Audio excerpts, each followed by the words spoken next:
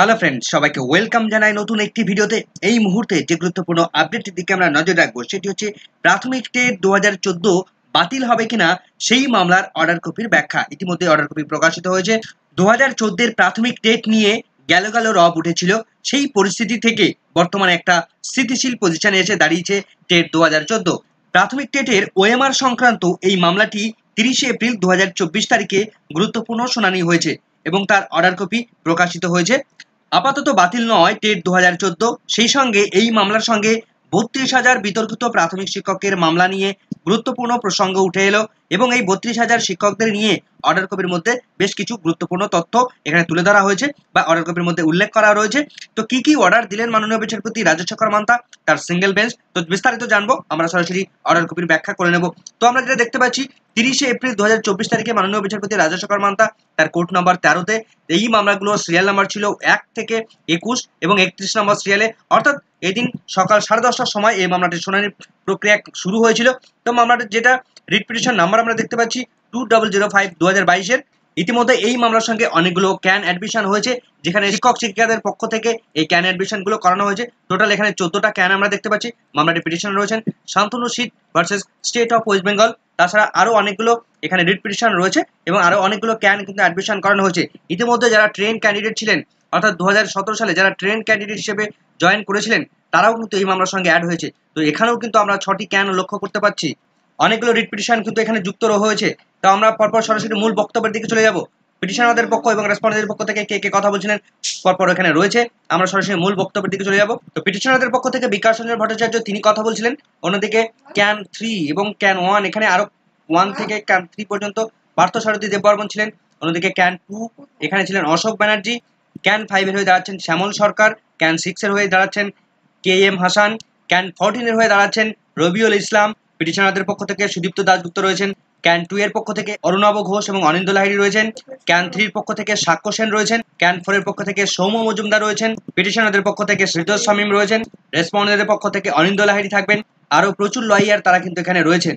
এই মামলার সঙ্গে এতগুলো রিট পিটিশন আজকে কিন্তু শুনানি পর্যায়ে উঠেছিল। ইতিমধ্যে যে এফিডেভিটগুলো জমা পড়েছে সেগুলোকে রেকর্ড হিসেবে গ্রহণ করেছে কোর্ট। তো ইতিমধ্যে এদিন কিন্তু অনেকগুলো ক্যান অ্যাডমিশন করানো হয়েছে। তো সমস্ত পার্টিকে অল অ্যাপ্লিকেশন সমস্ত অ্যাপ্লিকেশনগুলোকে অ্যাড করা হয়েছে এই মামলার সঙ্গে এবং তাদেরকে সাপ্লিমেন্টারি লিস্ট প্রোভাইড করা হয়েছে। তো 3 নম্বর পয়েন্টে এই মামলাটি কোন বিষয় নিয়ে চ্যালেঞ্জ হয়েছে সেটা কিন্তু পরিষ্কার করে উল্লেখ করা রয়েছে। The subject matter of challenge in the instant writ petitions in the teacher eligibility test অর্থাৎ TET conducted in year 2014 by the West Bengal board of primary education, অর্থাৎ 2014 সালে প্রাথমিক শিক্ষা পর্ষদ তারা যে টিচার এলিজিবিলিটি টেস্ট অর্থাৎ টেট নিয়েছিল, সেই টেটটাকে নিয়ে চ্যালেঞ্জ জানানো হয়েছে আজকের এই রিট পিটিশনের মধ্য দিয়ে। এবং গুরুত্বপূর্ণ সেকেন্ড লাইনটা যেটা বলা হচ্ছে, the petitioners participated in and have found themselves unsuccessful in the said examination. বলা হচ্ছে যে পিটিশনার যারা রয়েছেন তারা এই টেট 2014-তে তারা পার্টিসিপেট করেছিল এবং তারা আনসাকসেসফুল হয়েছিল, অর্থাৎ টেট পাস করতে পারেনি। 4 নম্বরে যে অভিযোগটা আনা হয়েছে, a large number of irregularities in conduct of সেই TET examination have been raised in writ petitions, অর্থাৎ এই রিট পিটিশনে টেট এক্সামিনেশন 2014 নিয়ে অনেকগুলো ইরেগুলারিটিস, অনেকগুলো অবৈধতা এসছে, অনেকগুলো অনিয়ম বেনিয়ম প্রচুর পরিমাণে সংখ্যক তারা সেই রিট পিটিশনের মধ্যে উল্লেখ করেছে। This have been broadly recorded in courts order dated 22 April 2024 and earlier order pass by a coordinate bench. সেই অনিয়ম বেনিয়মগুলো ইতিমধ্যে কোঅর্ডিনেট বেঞ্চ 22 এপ্রিল 2024 তারিখে সেগুলোকে রেকর্ড করেছে, ব্রডলি রেকর্ড করেছে, অর্থাৎ একটা ব্যাপক পরিমাণে তারা কিন্তু রেকর্ড কলকাতা হাইকোর্ট সেগুলোকে গ্রহণ করেছে। 5 নম্বরে যেটা বলা হচ্ছে, further issues have come to the notice of this court after going through the affidavits of the CBI, অর্থাৎ সিবিআই যে সমস্ত তথ্য দিয়েছে তারপরেও আরো বেশ কিছু তথ্য তারা কিন্তু তাদেরকে সাবমিট করার কথা বলা হচ্ছে বা নির্দেশ দেওয়া হচ্ছে।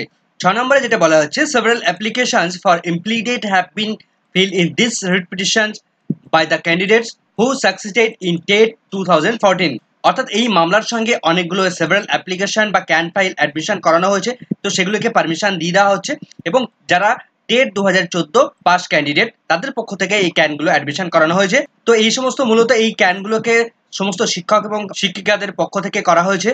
Each of the said applications in the concerned writ petitions are allowed, অর্থাৎ এই সংক্রান্ত রিট পিটিশনগুলো বা এই সমস্ত ক্যানগুলো সম্পূর্ণভাবে অ্যালাউ করে দিলেন মাননীয় বিচারপতি। Leave is granted to learned advocate on record of the concern writ petitions to amend the cause title to incorporate the added respondents. অর্থাৎ এই মুহূর্তে যে সমস্ত পার্টিরা রেসপন্ডেন্ট হিসেবে নতুনভাবে এই মামলার সঙ্গে অ্যাড হলো তাদের জন্য লিভ গ্রান্ট করা হলো, অর্থাৎ তাদের জন্য সময় দেওয়া হলো সমস্ত বিষয়গুলো তারা যেন এফিডেভিট আকারে জমা করতে পারে। Let soft copies of the writ petitions along with the amendment cause title be supplied to the added respondent against later being communicated to the learned advocate on record for the petitioners। অর্থাৎ যারা নতুনভাবে এই মামলার সঙ্গে add হলো, respondent যারা party হলো, তাদেরকে রিট পিটিশনের যে টোটাল বক্তব্য, রিট পিটিশনের যে মন্তব্যগুলো, সেগুলো রেসপন্ডেন্টদেরকে প্রোভাইড করতে হবে, সেগুলো সফট কপি প্রোভাইড করলেই হবে। সেই সঙ্গে let a soft copy of amendment cause title be circulated among all parties. এই যে অ্যামেন্ডমেন্ট কজ টাইটেল, সেই কজ টাইটেলের একটা সফট কপি সমস্ত পার্টিকে সার্কুলেট করার নির্দেশ দিল। এবং যারা বর্তমানে রিট পিটিশনে নতুনভাবে যুক্ত হলো তাদের জন্য গুরুত্বপূর্ণ নির্দেশ দেওয়া হচ্ছে, the said added respondent any respondents who R yet to use affidavit shall be entitled two file affidavit in opposition to the main writ petition. অর্থাৎ মেইন যে রিট পিটিশন, সেই মেইন রিট পিটিশনের যে বক্তব্য, সেই বক্তব্যের পরিপ্রেক্ষিতে যদি কোনো রেসপন্ডেন্ট পার্টি তারা অপোজিশনে দাঁড়িয়ে কোনো রকমভাবে বক্তব্য রাখতে চায় বা এফিডেভিট ফাইল করতে চায়, তাহলে কিন্তু তারা ইমিডিয়েট কিন্তু সমস্ত এফিডেভিট ফাইলগুলো তারা রেডি করবে এবং জমা দেওয়ার জন্য নির্দিষ্ট টাইম সীমা বেঁধে দিয়েছেন within a period of 3 weeks from date. অর্থাৎ আজকের ডেট থেকে দাঁড়িয়ে 3 সপ্তাহের মধ্যে এই রেসপন্ডেন্ট পার্টিদেরকে সমস্ত অ্যান্সার, তাদের বক্তব্য এফিডেভিট আকারে জানাতে হবে। এবং পিটিশনাররা তারা কতদিনের মধ্যে রিপ্লাই দেবে?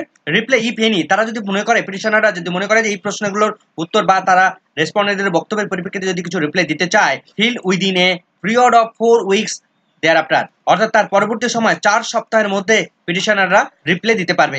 অর্থাৎ টোটাল কিন্তু এখানে 3 উইক, এখানে 4 উইক, টোটাল 7 উইক কিন্তু টাইম এক্সটেনশন করে ফেললেন। এবার 2014 এর প্রাথমিক টেট থেকে 2017 সালে যে 32,000 নন ট্রেন শিক্ষক নিয়োগ করা হয়েছিল এবং তাদের যে পরবর্তীতে চাকরি বাতিল হয়ে গিয়েছিল, সেই সংক্রান্ত বিষয়ে গুরুত্বপূর্ণ মন্তব্য, গুরুত্বপূর্ণ নির্দেশ এই 11 নম্বর পয়েন্টে উল্লেখ করা হয়েছে।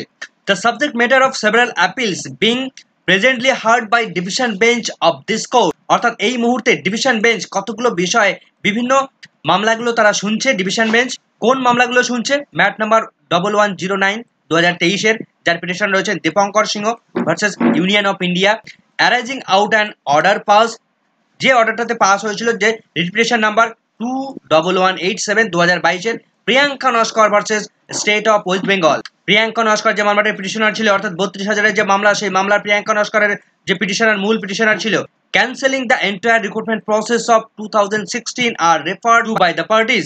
অর্থাৎ এদিন শুনানির সময় পিটিশনারদের পক্ষ থেকে বেকার সঞ্জন বাবু তিনি দাবি জানিয়েছিলেন যে ডিভিশন বেঞ্চে 2014 টেট থেকে নন ট্রেন 32,000 প্রাথমিক শিক্ষক শিক্ষিকাদের যে মামলা, সেই মামলা ডিভিশন বেঞ্চে পেন্ডিং অবস্থায় রয়েছে, সেই মামলার উপর নির্ভর করছে এই মামলাগুলো। সুতরাং আমাদের ততদিন পর্যন্ত, সেখানে যতদিন না সেই মামলাটা মীমাংসা হচ্ছে, ততদিন আমাদের ওয়েট করা দরকার। তো সেই মতোই কিন্তু মাননীয় বিচারপতি তিনি কিন্তু ওয়েট করার জন্য পারমিশন দিচ্ছেন। সেটাই বলছেন যে সেভারাল ম্যাটারগুলো এখনো পর্যন্ত ডিভিশন বেঞ্চে শুনানি পর্যায়ে চলছে সেখানে, তো সেই সংক্রান্ত বিষয়গুলো আমাদের আগে দেখে নেওয়া দরকার।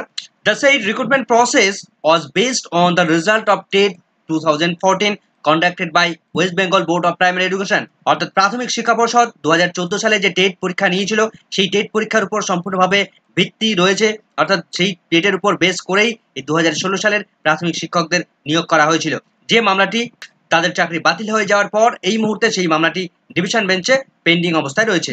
এবং 12 নম্বর পয়েন্টে যেটা উল্লেখ করা হয়েছে, in the appeals in questions the order of the single bench was stay in part. অর্থাৎ সিঙ্গেল জাজ যে নির্দেশ দিয়েছিল প্রাক্তন বিচারপতি অভিজিৎ গঙ্গোপাধ্যায়, 2016 সালে 32,000 যারা নন ট্রেন শিক্ষক ছিলেন তাদের সম্পূর্ণভাবে প্যারা টিচারদের বেতন সমতুল্য বেতন দিয়ে তাদেরকে চাকরি থেকে বাতিল করে দিয়েছিলেন। তো সেই অর্ডারটাকে ডিভিশন বেঞ্চের একটা অংশ স্টে এসে যায়। অর্থাৎ ডিভিশন বেঞ্চের সুব্রত তালুকদার মহাশয় তিনি প্যারা টিচারের বেতনের পরিবর্তে ফুল বেতনের নির্দেশ দিয়েছিলেন, তবে সার্ভিস টার্মিনেশনের ব্যাপারটা তিনি কিন্তু কন্টিনিউ রেখেছিলেন।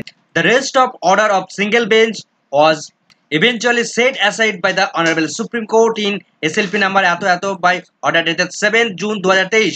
অর্থাৎ সুপ্রিম কোর্ট 7 জুলাই 2023 তারিখে সিঙ্গেল বেঞ্চ এবং ডিভিশন বেঞ্চ যে অর্ডার দিয়েছিল সেই অর্ডারটাকে সম্পূর্ণভাবে সেট অ্যাসাইড করে দেয়। অর্থাৎ এই মুহূর্তে সেই 32,000 শিক্ষক শিক্ষিকার চাকরি বাতিল হচ্ছে না। 13 নম্বর পয়েন্টে যেটা বলা হচ্ছে যে supreme court direct a division bench, supreme court একটা ডিরেকশন দিয়েছিল একটা ডিভিশন বেঞ্চ গঠন করে সেখানে সমস্ত হিয়ারিং কমপ্লিট করতে। To hear all the aforesaid appeals refer to hearing above. Division বেঞ্চে সমস্ত শুনানি করার জন্য রেফার করা হয়েছিল। The hearing is under way, অর্থাৎ হিয়ারিং এখনো পর্যন্ত প্রসেসিং অবস্থায় রয়েছে। It is submitted by their parties, any decision in the proceeding would have A bearing on the issue pending before the division bench. অর্থাৎ পিটিশনারদের পক্ষ থেকে বিকাশ রঞ্জন বাবু তিনি দাবি জানিয়েছিলেন যে যেহেতু এই মামলাগুলো 32,000-এর মামলাগুলো ডিভিশন বেঞ্চে পেন্ডিং অবস্থায় রয়েছে, সুতরাং সেই মামলার ডিসিশন না দেখে এই মামলার অর্থাৎ এই ওএমআর এর মামলা, যে মামলাটা এখন অর্ডার কপি আমরা দেখছি, এই মামলা নিষ্পত্তি বা শুনানি করানো ঠিক হবে না। This court is however of the view that, এই কোর্ট একটা বিষয় তারা এই দৃষ্টিভঙ্গি দিচ্ছে, propriety of TET 2014 examination would still require inquiry in this writ petitions irrespective of the proceedings before the division bench। অর্থাৎ ডিভিশন বেঞ্চে সেখানে নিষ্পত্তি আসা ঠিক আছে, নিষ্পত্তি আসার আগেও এই সিঙ্গেল বেঞ্চে সমস্ত এনকোয়ারিগুলো করে নেওয়া দরকার। In this circumstance this court directs that, court এই আমত অবস্থাতে তিনি ডিরেকশন দিচ্ছেন, the present writ petitions may be listed for hearing after exchange of affidavit by all parties 8 weeks hence. অর্থাৎ সমস্ত পার্টির পক্ষ থেকে যারা এফিডেভিট আদান প্রদান হয়ে যাওয়ার পর এই মামলাটি 8 সপ্তাহ পর পুনরায় শুনানির জন্য ওঠার নির্দেশ দিচ্ছেন এবং সমস্ত পার্টিকে নির্দেশ দিচ্ছেন, parties may communicate any order of the division bench that would have any bearing on the instant proceeding on the adjourn date. অর্থাৎ সমস্ত পার্টিকে নজর রাখার কথা বলছে যে ডিভিশন বেঞ্চ সেখানে কি নির্দেশ আছে সেদিকে তাকিয়ে থাকার জন্য। Affidavit in opposition filed by West Bengal board of primary Education to report of CBI and supplementary affidavit used by the petitioners to kept on record. CBI রিপোর্টের উপর বেস করে প্রাথমিক শিক্ষা পর্ষদ তারা অপোজিশন ফাইল এফিডেভিট সাবমিট করবে এবং সিবিআই এবং প্রাথমিক শিক্ষা পর্ষদের যে সাপ্লিমেন্টারি এফিডেভিট সেগুলো যেগুলো তারা দেবে সেগুলো পিটিশনাররা সেগুলোকে রেকর্ড হিসেবে গ্রহণ করবে, কলকাতা হাইকোর্ট সেগুলোকে রেকর্ড হিসেবে মান্যতা দেবে। Affidavit in opposition filed by the added respondent in some of the writ petitions are also taken on record. যে সমস্ত রিট পিটিশনাররা, যে সমস্ত রেসপন্ডেন্টরা এই মুহূর্তে অ্যাডেড পার্টি হিসেবে যুক্ত হয়েছে, তারা যে সমস্ত তথ্যগুলো পরিবেশন করেছে ইতিমধ্যে সেগুলোকে কোর্ট রেকর্ড হিসেবে গ্রহণ করেছে। Affidavit in reply filed by the added respondent number 2005/2022 in taken on record. অর্থাৎ মূল যে মামলা সেই মূল মামলার সঙ্গে যারা অ্যাডেড পার্টি হলো অর্থাৎ ক্যান ফাইল হিসেবে অ্যাডমিশন করলো, তাদের যে সমস্ত তথ্য রেকর্ড ইতিমধ্যে সাবমিট করেছে তারা এবং সেগুলোকে কোর্ট রেকর্ড হিসেবে গ্রহণ করেছে। তো সমস্ত কপিগুলোকে সার্ভ করার নির্দেশ দিয়েছেন। তো মাননীয় বিচারপতি রাজশেখর মান্তা তিনি কিন্তু এভাবেই তার অর্ডারগুলোকে তিনি পরিবেশন করলেন।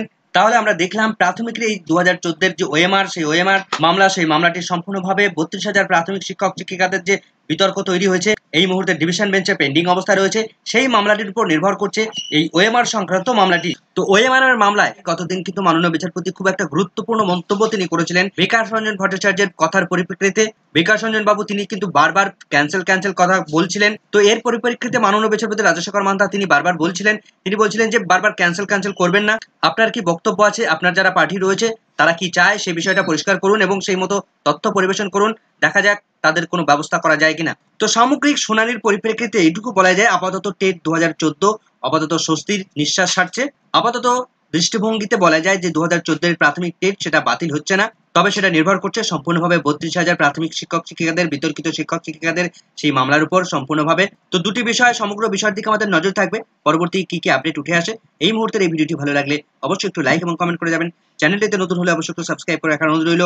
পাশে থাকা বেল আইকনটি অবশ্যই অন করে রাখবেন পরবর্তী ধরনের আপডেট পাওয়ার জন্য। সকলকে ধন্যবাদ।